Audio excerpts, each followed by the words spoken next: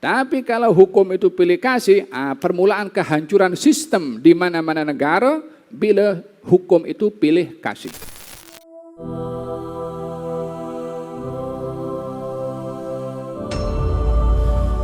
Ringkasnya adalah mengenai larangan untuk kompromis dalam hukum hakam. Yani hukum ini mesti ditegakkan walaupun yang kena hukum itu ada kerabatnya sendiri. Walaupun yang kena hukum adalah keluarganya sendiri. Dalam hal ini tidak ada tolak ansur. Tidak ada nak jaga perasaan. Di dalam hukum hakamnya Allah Subhanahu wa taala, kunu qawwamina bil qist syuhada ala anfusikum. Jadilah kamu orang bersikap adil, menjadi saksi. Hatta kesaksian itu adalah boleh membawa hukuman kepada diri kamu sendiri atau keluarga kamu. Tegaknya hukum itu dan implikasi daripada penegakan hukum kepada semua orang bila tidak ada pilih kasih.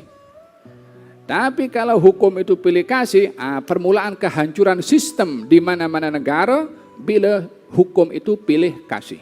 Dahulu kata Nabi SAW, orang dahulu itu dibinasakan oleh Allah. Apa sebabnya? Karena kalau orang yang melakukan jenayah daripada orang bangsawan tidak dijatuhi hukum. Tapi kalau orang-orang biasa dijatuhi hukum. Maka dibinasakan oleh Allah Subhanahu wa taala. Apa sebabnya? Mereka itu sudah binasa dengan tidak menegakkan keadilan sebelum dibinasakan oleh Allah Subhanahu wa taala karena pelanggaran yang mereka lakukan. Oleh sebab itu tegaknya keadilan dengan ditegakkannya hukum oleh sesiapa pun juga tanpa pilih kasih. Inilah yang diajarkan oleh Nabi sallallahu alaihi wa ala alihi wasallam. Gal pernah berlaku di zaman Sayyidina Ali bin Abi Thalib karramallahu wajhah ketika beliau ada pelana kuda dicuri oleh seorang Yahudi. Kemudian dijual di pasar. Kata Sayyidina Ali, ini pelana aku punya. Kata si Yahudi, aku beli ini. Kali ini aku punya. Kata si Yahudi, mana buktinya? Kita pergi kes, naik court, pergi mahkamah. Waktu yang menjadi hakim adalah Syuraih.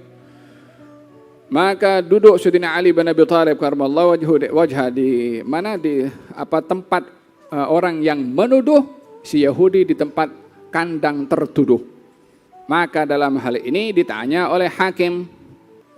Katanya, wahai Amirul Mukminin, apa buktinya kalau pelana ini milik kamu? Kata Syuraih, kata Sayyidina Ali, kamu jangan panggil aku Amirul Mukminin karena aku berada di kandang penduduk di sini, maka kena adil. Panggilan itu pun kena mesti adil. Kalau panggil Amirul Mukminin, ini nomor satu ini. Hakim itu di bawahnya. Tapi dalam hukum itu tak ada, semua sama. Karena dalam hukum itu as-siyadah yang dituankan itu adalah keadilan. Tak kira kepada siapapun juga. Jangan panggil Amirul Mukminin supaya adil. Kalau panggil Amirul Mukminin nomor satu, macam mana nak menghukum orang nomor satu? Maka dipanggil. Apa buktinya? Kata Sayyidina Ali, aku tahu aku punya pelana dan yang tahu juga adalah aku punya anak-anak dan aku